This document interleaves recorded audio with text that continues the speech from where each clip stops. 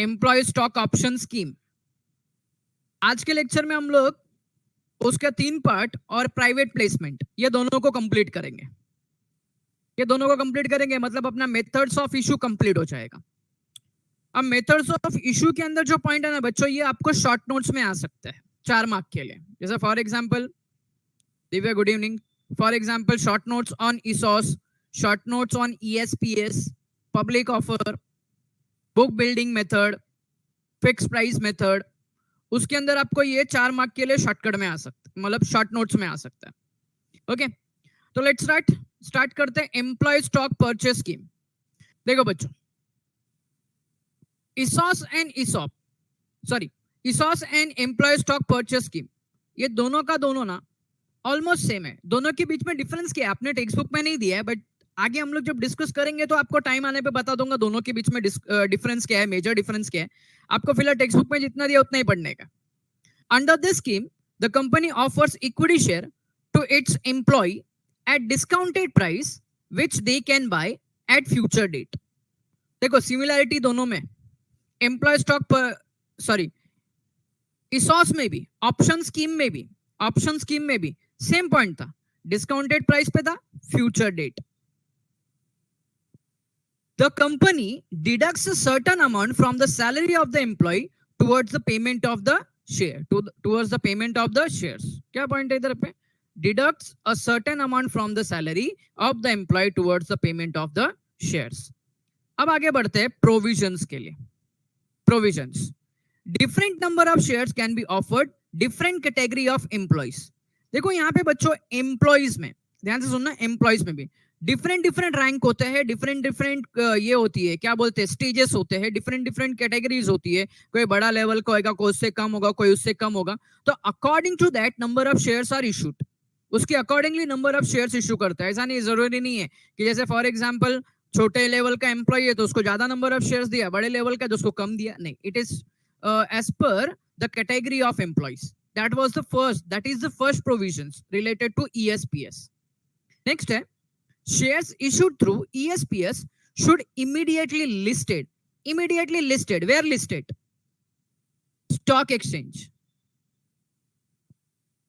और हम लोग ने पढ़ा है इंडिया में 2 बड़े स्टॉक एक्सचेंज कौन कौन से हैं?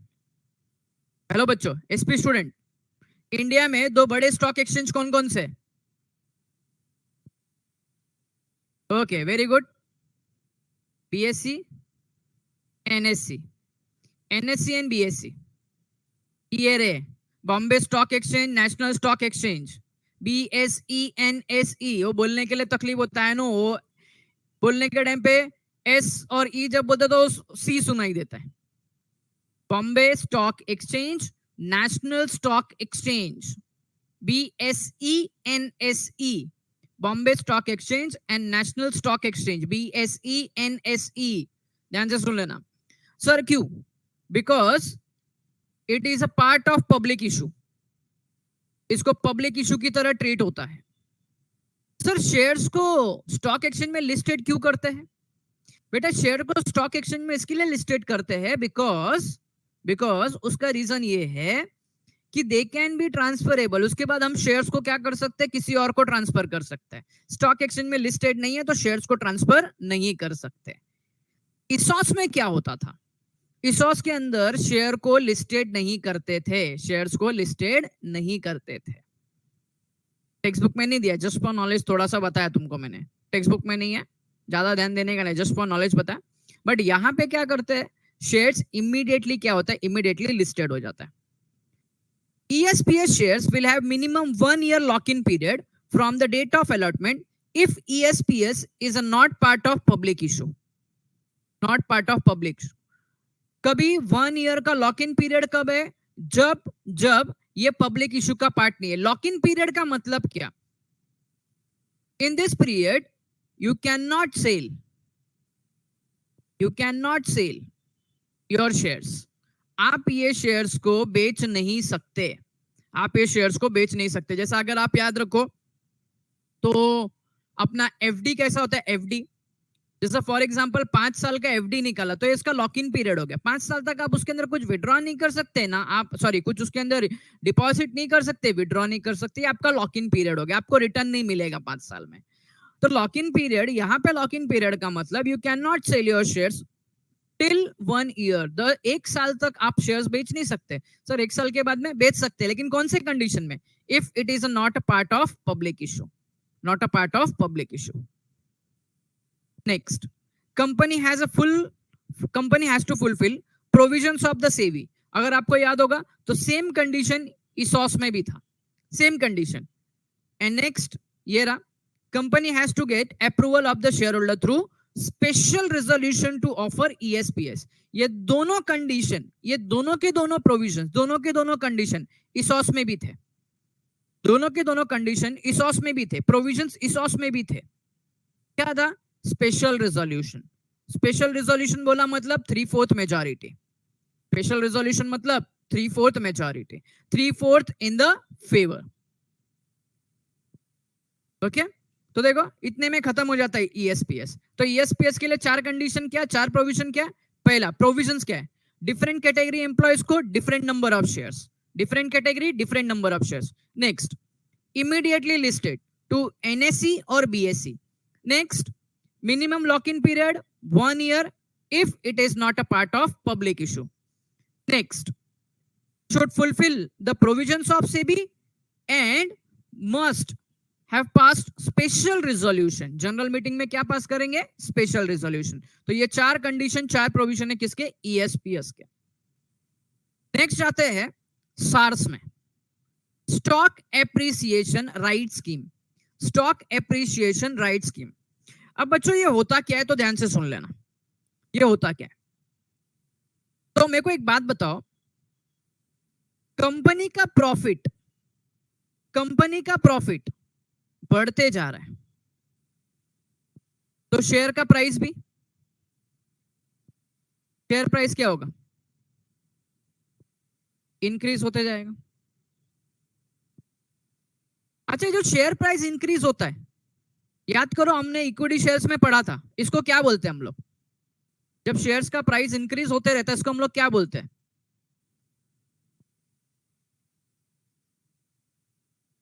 जब शेयर्स का प्राइस इंक्रीज होता है तो क्या बोलते हैं?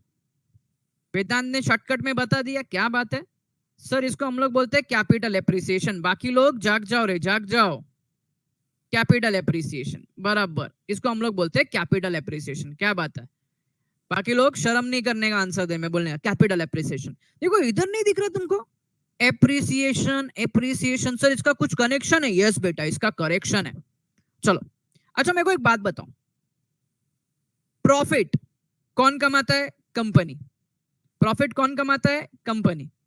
कंपनी के लिए काम कौन करता है, या कंपनी में मेहनत कौन करता है? बोलो जरा, हार्डवर्क कौन करता है? एम्प्लॉय करता है, बराबर है। कौन करता है? एम्प्लॉय करता है। एम्प्लॉय कंपनी के लिए काम करता है, बराबर है, और कंपनी क्या करता है? प्रॉफिट कमाता है। ठीक है, अब जरा इधर देखो, एम्प्लॉय मेहनत करता है, प्रॉफिट कंपनी कमाता है, और प्रॉफिट कंपनी का, प्रॉफिट का मजा कौन लेके जाता है? शेयर होल्डर लेके जाता है। कौन लेके जाता है? शेयर होल्डर लेके जाता है। एम्प्लॉय क्या बोलेगा? मेहनत हम करे, मेहनत हम करे, और पूरा का प्रॉफिट तुम कमाते जाओ, पूरा का पूरा प्रॉफिट तुम कमाते जाओ। बहुत नाइंसाफी है, बहुत नाइंसाफी है, बराबर है। शेयर होल्डर प्रॉफिट कमा के लेके जा रहा है, कंपनी प्रॉफिट का डिस्ट्रीब्यूशन शेयर होल्डर को दे रही है, एम्प्लॉय को नहीं दे रही है, तो एम्प्लॉय बोलेगा बहुत नाइंसाफी है, हम नहीं काम करेंगे। तो कंपनी बोलती है रुको रुको जरा सब्र करो, तुम्हारे लिए भी हम लोग ने एक स्कीम रखा है। क्या स्कीम रखा है? तो कंपनी ना, कंपनी, कंपनी एम्प्लॉय को क्या बोलती है? ध्यान से सुन लेना, कंपनी एम्प्लॉय को क्या बोलती है कि 1 अगस्त, ध्यान से सुन लेना बच्चों, 1 अगस्त 2021 को हम शेयर बेच रहे, तुमको नहीं बेच रहे, शेयर बेच रहे 10 रुपए का, हम शेयर बेच रहे 10 रुपए का। बराबर है, शेयर बेच रहे 10 रुपए का, तुमको नहीं बेच रहे, तुमको नहीं बेच रहे, ये शेयर दे रहे हम लोग शेयर होल्डर को, शेयर होल्डर को, बराबर है। कौन सा शेयर दिया? Equity share holder, equity share दिया। अब बच्चों इक्विटी दिया, बराबर है, आने वाले कुछ सालों के बाद में तुमको तो पता है इक्विटी का भाव बढ़ता है, कैपिटल एप्रिसिएशन होता है, तो एम्प्लॉय को क्या बोला कि ऑन, मैं 5 साल का ले लेता है, 1 अगस्त 2026 को, कभी 1 अगस्त 2026 को, इफ शेयर्स के भाव बढ़ते हैं, शेयर प्राइस इंक्रीज होता है, शेयर प्राइस इंक्रीज होता है, इसको हम लोग बोलते हैं कैपिटल एप्रिसिएशन, बराबर है, शेयर प्राइस इंक्रीज होता है, तो जितना प्राइस इंक्रीज हुआ है, जितना प्राइस इंक्रीज हुआ है, वो इंक्रीज हम तुम लोग में डिस्ट्रीब्यूट करते हैं, क्या करते हैं? डिस्ट्रीब्यूट करता है। वापिस से सुन लो पूरा स्टोरी। कंपनी 1 अगस्त 2021 को एक शेयर इशू करता है, एक शेयर मतलब बहुत सारे शेयर्स है, उसका प्राइस 10 रुपए है, उसका प्राइस 10 रुपए। कंपनी एम्प्लॉइज को बोलता है अगर फ्यूचर में जाके इसका शेयर्स का प्राइस बढ़ेगा, शेयर्स के प्राइस बढ़ेंगे, तो जितना बढ़ेगा वो पैसा मैं तुम लोग में डिस्ट्रीब्यूट करेगा, या जितना कैपिटल एप्रिशिएट हो गया वो पैसा तुम्हारे में डिस्ट्रीब्यूट करेगा। सपोज ऑन 1 अगस्त 2021 शेयर्स का भाव 10 रुपया है, और 1 अगस्त 2026 को अगर इसका भाव 50 रुपया हो जाता है, एग्जाम्पल 50 रुपया हो जाता है, एप्रिसिएशन कितने का हुआ? एप्रिसिएशन कितने का हुआ बच्चों? 40 रुपए का, बराबर है। अब ये 40 रुपए किसको जाएगा? एम्प्लॉइज को जाएगा। 40 रुपए किसको जाएगा? एम्प्लॉइज को जाएगा। 40 रुपए एम्प्लॉय को, आइदर इन कैश और इक्विटी शेयर्स, या तो कैश में जाएगा या तो इक्विटी शेयर्स में जाएगा, या तो कैश में जाएगा या तो इक्विटी में।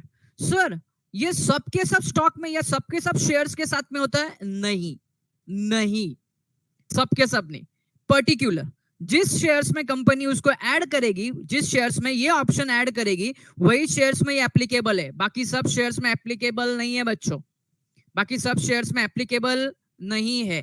कंपनी जो स्लॉट में, जो इशू के अंदर ये स्टॉक एप्रिसिएशन राइट स्कीम को ऐड करेगी उसको बोलेंगे सार यूनिट। पढ़ाई के लिए मेहनत तो सब करते हैं, लेकिन स्मार्ट स्टडी कौन करता है? प्री एग्जाम ऐप के साथ बनाइए अपनी तैयारी super smart. Pre exam app देता है वाइड रेंज के एग्जाम्स की तैयारी, जैसे JEE, NEET, CAT, CA foundation, CS CSEET, banking, railway, SSC, MBA entrance, SYJC, com, TYB com और भी बहुत कुछ। Chapter wise tests and mock tests, detailed performance analysis, और अब तैयारी होगी एकदम परफेक्ट। कहीं भी कभी भी पढ़ाई करें, और एक विशाल क्वेश्चन बैंक आपकी तैयारी को बनाए आसान। इंस्टेंट इवैल्यूएशन से तुरंत जानिए अपनी परफॉर्मेंस और पाएं पर्सनलाइज्ड फीडबैक।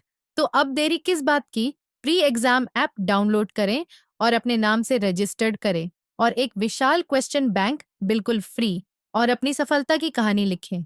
लिंक डिस्क्रिप्शन में है।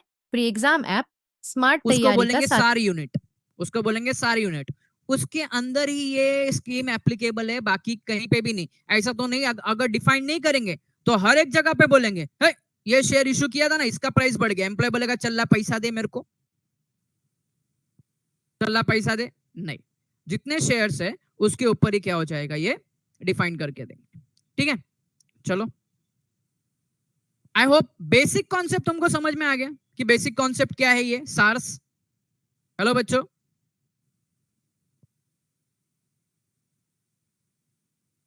ओके ये जब शेयर्स का कैपिटल एप्रिसिएशन, सिर्फ कैपिटल एप्रिसिएशन मतलब क्या? शेयर्स का भाव बढ़ता है, वो कैपिटल एप्रिसिएशन। अच्छा मुझे बताओ, इसमें एम्प्लॉय को कुछ पैसा पे करना पड़ा क्या? नहीं, एम्प्लॉय को कुछ पैसा पे नहीं करना पड़ा।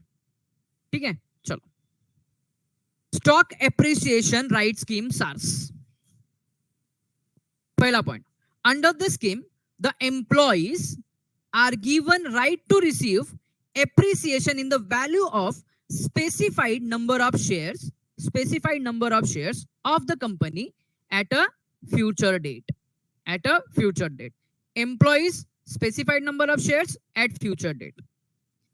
The company allots specified number of stock appreciation right units are linked to the value of company shares on the date of allotment. देखो यहाँ पे आ गया date of allotment, मैंने example दिया 1st August 2021, future date 1st August 2026.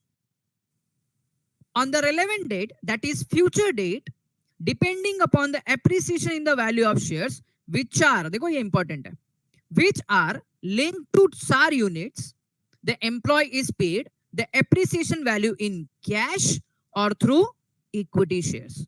Cash or through equity shares. तो यहाँ पे देखो बच्चों, future date 1st August 2026, allotment date 1st August 2021. मैंने 5 साल का गैप रखा है इधर पे. ओके तो जितना भी एप्रिसिएशन होगा, एप्रिसिएशन 40 रुपए का हो गया तो 40 रुपए एम्प्लॉयज में बांट दिया जाएगा, या तो उनको क्या इशू करेंगे, इक्विटी शेयर इशू करेंगे. क्या इशू करेंगे, equity shares. SARs is form of bonus compensation given to employees. Confuse नहीं होना. शेयर होल्डर को बोनस शेयर, शेयर होल्डर को बोनस में शेयर दिया तो उसको क्या बोलेंगे, बोनस शेयर्स बोलेंगे. एम आई राइट? शेयर होल्डर को अगर बोनस करके शेयर्स दिया तो उसको बोलेंगे बोनस शेयर्स, और एम्प्लॉय को दिया तो उसको बोलेंगे SARs. If the company perform well and its market price shares goes up, ये इंपॉर्टेंट पॉइंट है. आगे, the employee does not have to pay buying any shares. Company has to give employee vesting period of minimum 1 year to exercise his option. Sir vesting period का मतलब क्या? तो एक simple सा याद रखो, वेस्टिंग पीरियड का मतलब क्या, तुम्हारे सोचने का टाइम 1 साल तक का. तुमको मैंने ऑप्शन दे, जैसा मैं तुमको एक बोलूं, मेरे को मेरी कार बेचने की है, ध्यान से सुन लेना, मेरे को मेरी कार बेचने की है, मैं तेरे को 1 महीने का टाइम देता हूं. मेरे को मेरी कार बेचने की है, मैं तेरे को 1 महीने का टाइम देता हूं. ध्यान से सुन लो, 1 महीने का टाइम देता हूं. तो जो 1 महीना हो गया तुम्हारा वेस्टिंग पीरियड हो गया. मैं देने के लिए तैयार है, मैं मेरा कार तेरे को देने के लिए तैयार है, मैं तेरे को बेचने के लिए तैयार है, मैं तेरे को ऑप्शन दे रहा है, आई एम रेडी, मैं ग्रांट कर रहा है. बट 1 महीने का टाइम वेस्टिंग पीरियड हो गया, और 1 महीने पे तुम आके मेरे को बोलेंगे yes I am ready, that is your exercise. आप आपका पावर का यूज कर रहे हो. ओके तो वेस्टिंग पीरियड बोला मतलब कहीं कहीं पे इसको इन्वेस्टिंग पीरियड बोलते हैं, कहीं कहीं पे अभी मैं इसको बोलता हूं सोचने का टाइम. ओके चलो, there is no lock-in period for SARs. To issue SARs, company has to get approval to the shareholder through a special resolution. एक पॉइंट याद रखो, एम्प्लॉय को जो भी शेयर इशू करेंगे उधर पे एक पॉइंट कॉमन है. ये कॉमन पॉइंट है.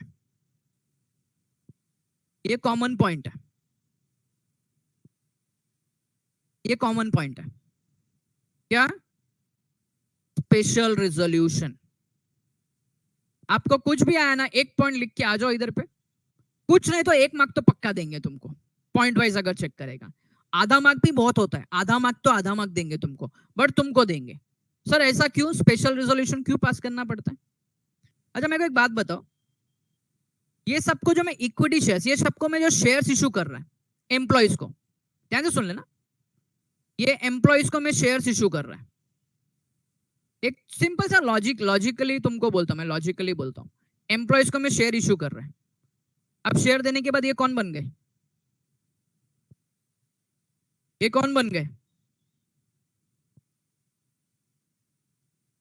ओनर बन गए. बराबर है? अब ये ओनर जब एंट्री मारेंगे, ध्यान से सुन लो, जब ये ओनर्स एंट्री मारेंगे तो नंबर ऑफ ओनर्स क्या होंगे, इंक्रीज होंगे या डिक्रीज होंगे? तो मुझे बताओ, पुराने ओनर मानेंगे क्या? पुराने ओनर इतने इजीली मानेंगे क्या? पुराने ओनर इतना इजीली नहीं. एक ही प्रॉपर्टी के मल्टीपल और ओनर बनने जा रहे हैं, नहीं मानेंगे. इसके लिए स्पेशल रेजोल्यूशन पास कराना पड़ता है शेयर होल्डर के पास से. सिंपल से एक लॉजिकली तुमको बताता हूं, याद रखने के लिए स्पेशल रेजोल्यूशन की जरूरत है वहां पे.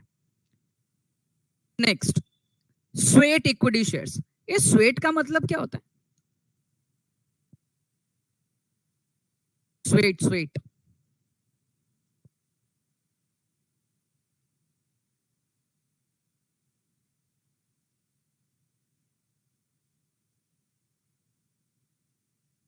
I don't know.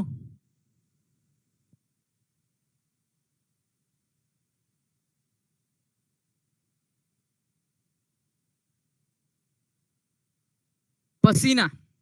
ओके, क्या बात है। अच्छा, पसीना कब आता है?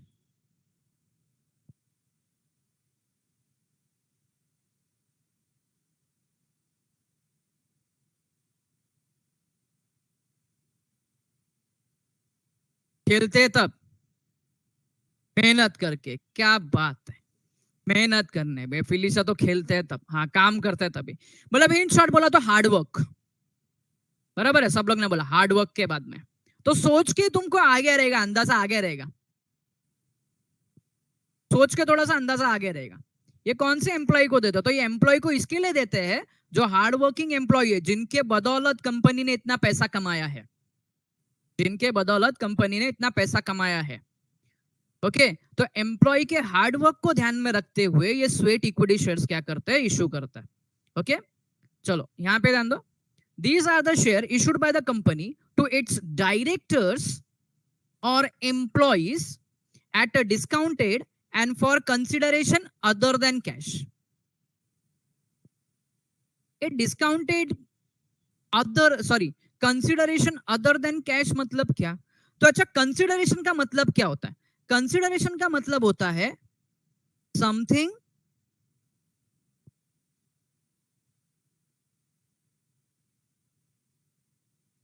something in return, something in return। तो अगर हम लोग कुछ इशू कर रहे हैं, ध्यान देना, अगर हम लोग कुछ इशू कर रहे हैं, अगर हम लोग कुछ इशू कर रहे हैं, तो इशू करने के टाइम पे अगर हमको कैश मिलता है, अगर शेयर्स इशू कर रहे हैं कैश मिलता है, तो उसको बोलेंगे cash consideration, issue for cash consideration. अगर कैश नहीं मिलेगा तो हम लोग क्या बोलेंगे, समथिंग, सॉरी, उसको बोलेंगे consideration other than cash. Sir example दो। चलो मैं थोड़ा बाहर का एग्जांपल लेता हूं। अभी एक पार्टी ने मेरे को मशीन बेचा। क्या बेचा? मशीन बेचा। अब मेरे पास पैसा नहीं है, मेरे पास पैसा नहीं है। मैंने क्या किया पता है? मैंने क्या किया पता है? मैंने उसको कैश के बदले में अपने कंपनी के इक्विटी शेयर्स दे दिए। कैश के बदले में अपने कंपनी के इक्विटी शेयर्स दिए। बोलो, अपने कंपनी को कैश मिला क्या? कंपनी को कैश मिला क्या? मैंने शेयर्स तो इशू किया, बट शेयर्स इशू में कैश मिला क्या? नहीं मिला। तो इसको बोलेंगे कंसिडरेशन अदर देन कैश, या share issued consideration other than cash. Okay, चलो आगे। तो कंसिडरेशन का मीनिंग याद रखो बच्चों, ऑलवेज। इधर लिख भी देता हूं, समथिंग इन रिटर्न।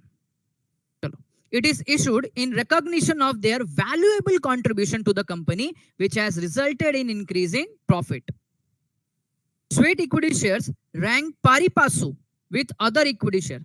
सर पारी पासु मतलब क्या? ये याद रखना, पारी पासु क्लॉज। पारी पासु का मतलब होता है at par, at par, equal, at par equal. अच्छा, बाकी इक्विटी शेयर होल्डर को क्या क्या राइट्स है मुझे बताओ।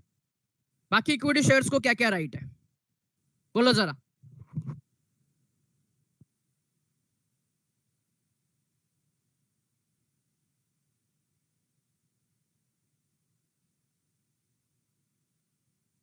वोटिंग का राइट्स है, आगे और भी बहुत है रे।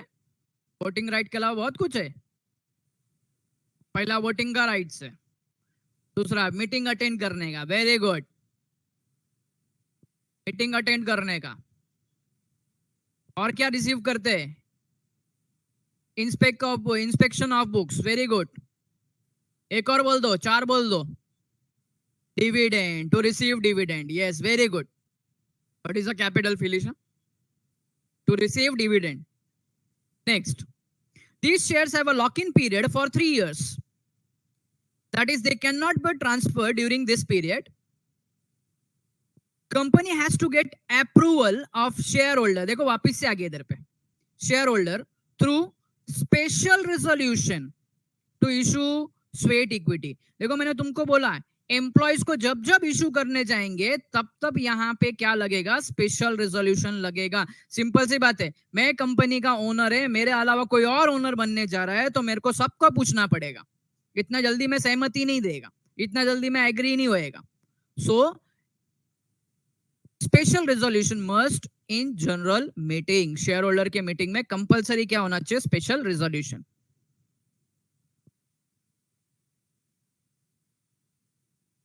ओके तो यहां पे अपना एक पॉइंट कंप्लीट होता है, that is offering to existing employees. Offering to existing employees, employees को जो शेयर इशू किए वो यहां पे एक मैटर क्लोज होता है. इसके बाद आता है प्राइवेट प्लेसमेंट. उसके बाद आता है प्राइवेट प्लेसमेंट. ये कब से जेमिन और श्रद्धा ना कब से टाइप कर रहे, बोलो क्या बेटा तुम लोगों को क्या डाउट है, श्रद्धा और जेमिन?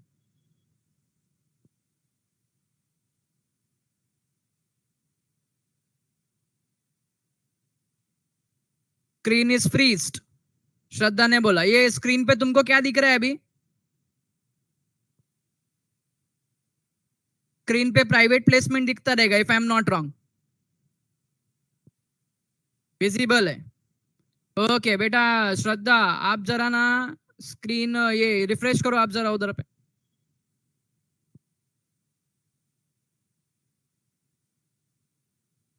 चलो प्राइवेट प्लेसमेंट. अभी प्राइवेट प्लेसमेंट में क्या होता है, ध्यान से सुनो बच्चों. प्राइवेट प्लेसमेंट में तो प्राइवेट प्लेसमेंट में ना अपने सिलेक्टिव लोगों को, ध्यान से सुन लेना, सिलेक्टिव लोगों को बुलाते हैं. हम सबको इनवाइट नहीं करते, हम सिलेक्टिव लोगों को इनवाइट करते हैं. जैसा एक सिंपल सा एग्जांपल देता हूँ. जैसा अभी अगर यार अभी जैसे छोटा सा एग्जांपल देता हूँ, ध्यान से सुनो. जैसा अपने अपन नॉर्मल पब्लिक अपने घर में किसी की शादी होती है तो एटलीस्ट हमारे इधर 400-500 लोग आते हैं. मैं राइट? बराबर है, 400-500 लोग आते हैं नॉर्मल केस. और अगर देखो तो 1000 तक भी जाते हैं. इन जनरल केस 400-500 लोग आते हैं. लेकिन अगर मैं बात करूं सेलिब्रिटी की शादी की बात करूं तो सेलिब्रिटी की जो शादी होते हैं, वेडिंग्स होते हैं, जो